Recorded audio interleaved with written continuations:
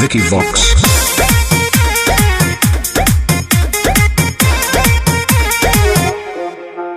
अरे उठ लाली पॉप गाल से वो भइल बा। अच्छा हमारा पर ढेर लोग के देव भइल बा। अभी चर्चा में बढ़ी। अरे उठ लाली पॉप गाल से वो भइल बा। हमारा पर ढेर लोग के देव भइल बा। अरे केहू ना छुअला से दिल्ली बॉम्बे घुमाइनी झारखंड से। अरे सुन का हटी चुकी चीज पर तू करेलू घमंड जरी मोहब्बत टांगले हम पर खन से। हम के तरफ अरे हटी चुकी चीज पर तू करेलू घमंड जरी मोहब्बत टांगले हम पर खन से। घर से उठा ले। अरे जा जा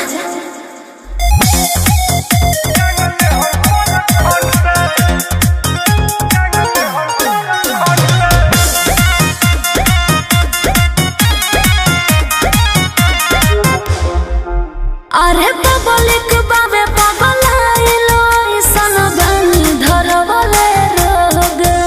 अरे हई लइका खत्म हमके अच्छा। जानता जिला के लोग। होय तो फुआ का ई बात के समय जानता हो। सुनो अरे पब्लिक बाबे पगलाइलो ऐसन बानी धरवले रोग। अरे हई लइका खत्म हमके जानता जिला के लोग।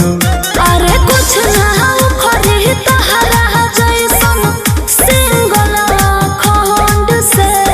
हल्का में मतलब। अच्छा। अरे हटी चुकी चीज पर तू करेलू घमंड जरी मोहब्बत टांगले हम पर खन से।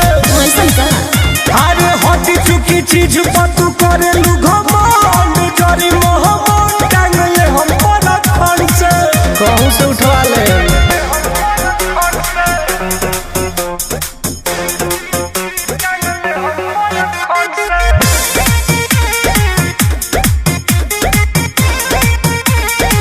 सुना अरे तहरा हले खहलई कोन के आगा पे मुआ दिले।